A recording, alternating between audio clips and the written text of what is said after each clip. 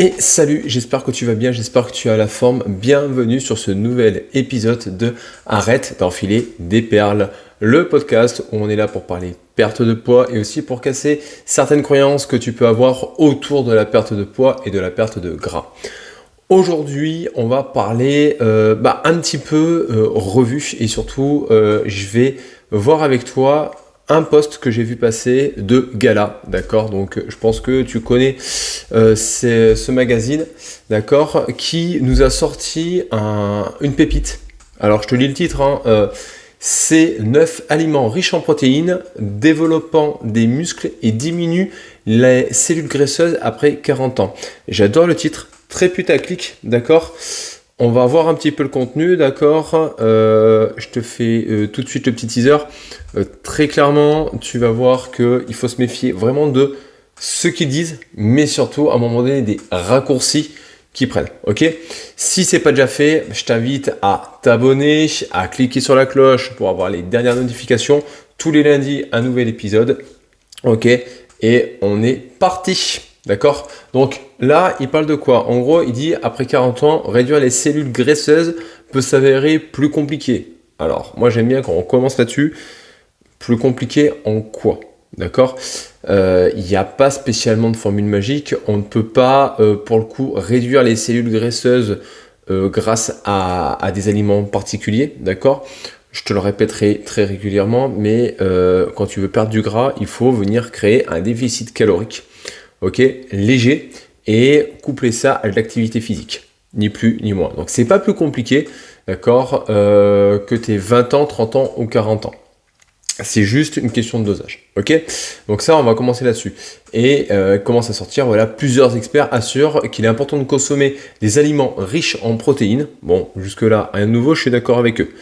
Voilà, voici les 9 qui permettent qui sont parfaits à ajouter dans ton assiette. Alors, pourquoi 9 et tu vas voir, ils prennent... voilà, on va voir la suite, mais en gros, ils partent du principe et d'un constat. Quand tu veux réussir à faire une transformation physique, la plupart du temps, on est d'accord, le problème, il vient d'où? Il vient du fait que tu ne consommes pas assez de protéines, d'accord?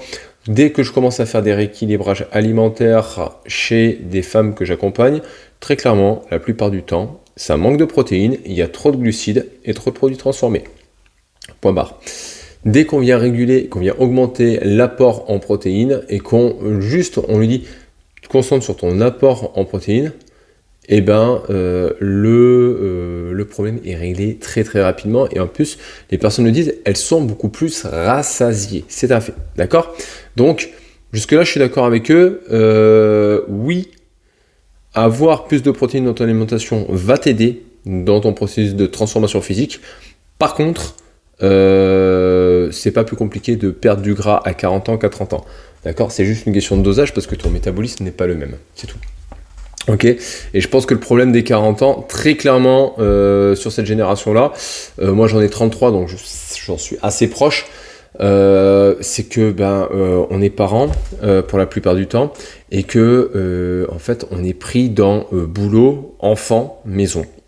Et en fait c'est pas plus compliqué de perdre du poids, c'est juste qu'en fait on ne priorise pas les bonnes choses et on se laisse passer un petit peu à la trappe. Moi personnellement c'est un peu comme ça que je vois et que beaucoup de temps, en fait beaucoup de gens que je vois et beaucoup de femmes que j'accompagne, le problème c'est qu'elles le disent, je suis plus une femme, je suis une maman. Voilà, je suis une professionnelle, mais j'ai complètement oublié mon rôle de femme. Et c'est pour ça, souvent, qu'on se retrouve sur des grosses prises de poids. D'accord? Alors, maintenant, il commence à dire, voilà, diminuer les cellules graisseuses après 40 ans peut s'avérer difficile, notamment en clair au niveau des raisons hormonales. D'accord? Baisse du métabolisme, c'est ce que je te disais, et perte de la masse musculaire. Alors, oui, d'accord. Quand tu as 40 ans, ils partent du principe que tu es déjà en préménopause ou en ménopause. Alors, c'est pas le cas de tout le monde, je pense. Il y a des changements hormonaux qui vont s'opérer. Oui. Il va y avoir une baisse de métabolisme. Oui. Chez les hommes aussi, il y a une baisse de métabolisme due à l'âge, c'est normal. Il y a une perte de masse musculaire. Pas forcément. C'est-à-dire qu'une femme qui a 40 ans, mais qui fait du renforcement musculaire de manière... on va dire routinière chaque semaine, plusieurs fois dans la semaine, elle n'a pas de problème de masse musculaire. Par contre, La femme qui ne fait pas d'activité physique ou qui ne fait que des cours collectifs à longueur de temps, là oui, il y a une perte de masse musculaire. Donc du coup, une forte diminution du métabolisme. Ok ? Ils le disent après, du coup, cependant, une activité physique régulière, bien dormir, bien s'hydrater, peut permettre de maintenir votre corps en bonne forme. Ok ? Donc adopter une alimentation équilibrée est également essentiel. Bon, jusque-là, rien de nouveau. On est d'accord, à un moment donné, si tu manges équilibré, que tu fais de l'activité physique, tu vas avoir une transformation physique qui va s'opérer. Bon, là, en fait, dans le début, en fait, ils disent c'est compliqué, mais en fait, si tu fais les choses correctement, en fait, tout va bien se passer. Oui, c'est vrai. Donc, il n'y a rien de compliqué, ok ? Voilà. Passé à la quarantaine, il est recommandé de réduire le sucre et les glucides raffinés. J'ai envie de te dire, pour le coup, c'est pas qu'à la quarantaine, hein. Ça c'est toute la vie en fait, à un moment donné, arrêter de bouffer de la merde, ça peut être bien. Ou alors tout simplement en fait, comprendre pourquoi tu manges ça. D'accord ? On a fait un challenge avec les filles de mon accompagnement où on a fait une semaine sans produits ultra transformés et sans alcool. Il y en a une ou deux seulement qui ont réussi. Moi-même, je n'ai pas réussi. Il y a eu un jour où ça n'a pas été possible. Ça arrive, c'est très compliqué maintenant, hein, il faut le dire, mais c'est surtout qu'il faut comprendre la place de chaque aliment. C'est-à-dire que si, en fait, tu viens manger un dessert de temps en temps, si tu viens manger des glucides raffinés de temps en temps parce que tu es en soirée ou ce genre de choses, il n'y a rien de dramatique. D'accord ? Par contre, si à chaque fois que tu vas pas bien, de manière compulsive ou de manière automatique, tu manges des produits ultra transformés, alors là, le problème, en fait, c'est pas de réduire le sucre et les glucides raffinés. Non, le problème, en fait, c'est que tu revois ton alimentation pour que, en fait, ça ne soit pas le seul régulateur émotionnel que tu aies dans ta vie. D'accord ? Mais ça, retourne sur certains épisodes, j'en ai déjà parlé, et si ça t'intéresse, n'hésite pas à mettre un commentaire. Je referai un épisode là-dessus sur, pour le coup, l'alimentation émotionnelle. Ok ? À la suite, ils disent quoi ? Consommer des graisses. Il faut faire consommer des graisses saines, mais surtout augmenter son apport en protéines. Ça, comme je t'ai dit, c'est tout le temps, à un moment donné. Des graisses saines, alors, moi, tous les types de graisses sont importantes, d'accord ? Oui, les graisses polyinsaturées, comme les oméga 3 et les oméga 6, sont très importantes parce que elles vont rentrer dans un cycle hormonal, ok, mais à part les graisses trans qu'on va retrouver, d'accord, graisses transformées, qu'on va retrouver par exemple dans les croissants, dans tout ce qui va être viennoiserie et autres, tous les types de graisses sont importantes et tous les types de graisses sont saines en fonction de la quantité, ok. Les 9 aliments riches en protéines à consommer pour diminuer les cellules graisseuses. Ça me fait peur. Dès que je vois ça, je me dis, mais non, enfin, à un moment donné, il n'y a pas d'aliments pour les graisses, il n'y a pas d'aliments qui vont diminuer les cellules graisseuses, d'accord ? Comme je te dis, c'est un déficit calorique allié à de l'activité physique qui va avoir un effet. Donc, en numéro 1, le poulet, d'accord ? Excellente option après 40 ans pour gagner du muscle. Enfin, si tu manges du poulet mais que tu ne fais pas d'activité physique, tu ne gagneras pas de muscle, hein, on est d'accord. Ok, faible en calories, en graisse, riche en protéines, pas de souci, continue le traitement, notamment B6, ok. Voilà, il aide le métabolisme à métaboliser les protéines et la niacinine. Alors non, il aide pas, la B6 rentre dans l'intégration des protéines, mais de la B6 en fait, tu en retrouves dans toutes les viandes. Donc bon, en soi, voilà. Bénéfique pour le système nerveux, pas spécialement. C'est plutôt tout ce qui est matière grasse en fait qui va être bénéfique pour le système nerveux. Ok. Donc là jusque là, ok. Les œufs. Alors là, je suis tout à fait d'accord avec eux. Les œufs, c'est, je pense, la source de protéines à avoir, d'accord. Sauf contre-indication, tu es censé avoir au moins des plaquettes d'œufs et bouffer des œufs. Moi, j'en mange tous les jours. Ça, voilà, ça fait partie de mon petit déjeuner. Je trouve que c'est la source de protéines la plus bio-assimilable de la planète. D'accord ? Donc les œufs, c'est la vie, très clairement. Donc manger des œufs au petit déjeuner, la meilleure façon de commencer la journée. Si tu aimes déjeuner salé, oui, c'est une très bonne manière. Moi, je le vis bien. Mais si tu n'aimes pas déjeuner salé, peut-être qu'il va falloir trouver une autre idée. Ok ? Les œufs aident à développer la masse musculaire et à perdre de la graisse. Non.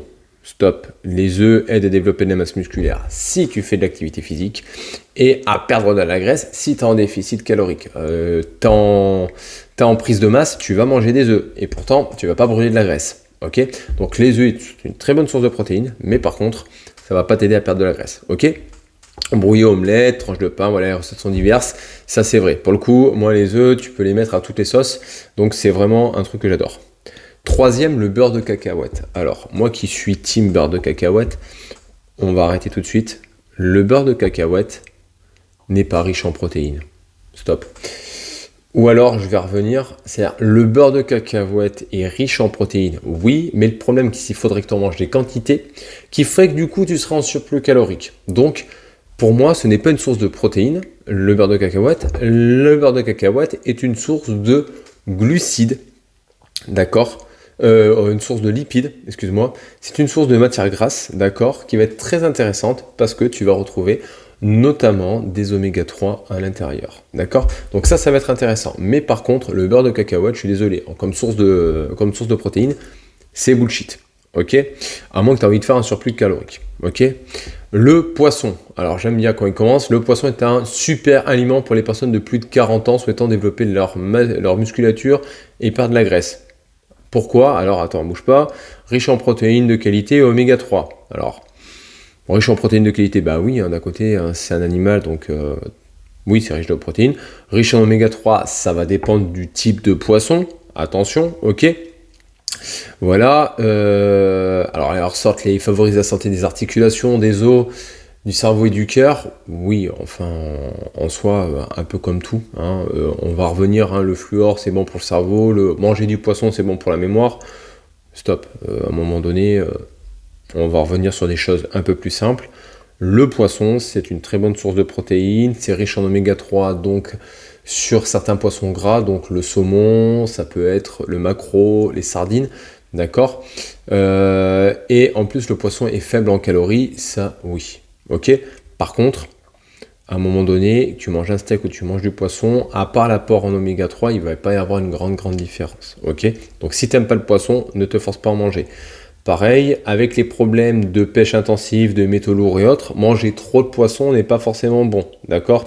Donc, vise plutôt des poissons de qualité, 1 à 2 fois par semaine, ça suffit largement, ok, hein, et pas forcément le vendredi au passage. Le tofu, solution parfaite pour les personnes qui souhaitent réduire leur consommation de viande. Oui, je suis d'accord. Pour les personnes qui veulent réduire la consommation de viande, le tofu peut être intéressant, d'accord, ce sont des protéines végétales.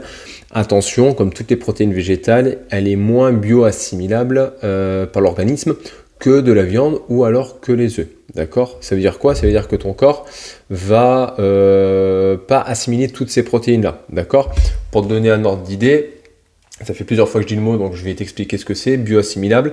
Par exemple, dans un steak, ok, on va avoir environ 25 grammes de 20 à 25 grammes de protéines par 100 grammes.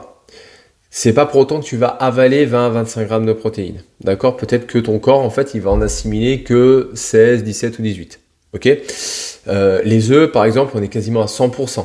D'accord? Donc, sur un œuf, on va être à 8 grammes de protéines par œuf. On va en assimiler peut-être 7, 7,5, voire les 8. Ok? Dans les protéines végétales, le problème, c'est qu'on est sur une assimilation qui est environ à 60%. Donc, par exemple, sur 100 grammes de tofu, on va être environ à 15 grammes de protéines. Sur ces 15 grammes de protéines, tu vas en absorber peut-être que 7. Donc, en fait, c'est là où ça va être un peu compliqué. Ok? Donc, c'est une bonne source de protéines, mais par contre, un peu compliqué au niveau de la biodisponibilité. Ok? Mais c'est une bonne source de protéines. Perso, snacker avec des noix de cajou et un peu de soja salé, franchement, c'est une tuerie. Ok, ça passe bien. Le yaourt grec. Alors là, j'ai adoré le yaourt grec. Donc, très très bien. Ok, riche en protéines. Ok, aide à démarrer la journée. Pourquoi pas? Quand tu aimes les petits déjeuners sucrés, ça peut être super intéressant. Ok, en collation et autres. Oui, voilà. Pour une touche de gourmandise, toujours plus saine, on peut agrémenter de fruits, de noix ou de graines. Pourquoi pas? Oui, ça peut. C'est un passe-partout.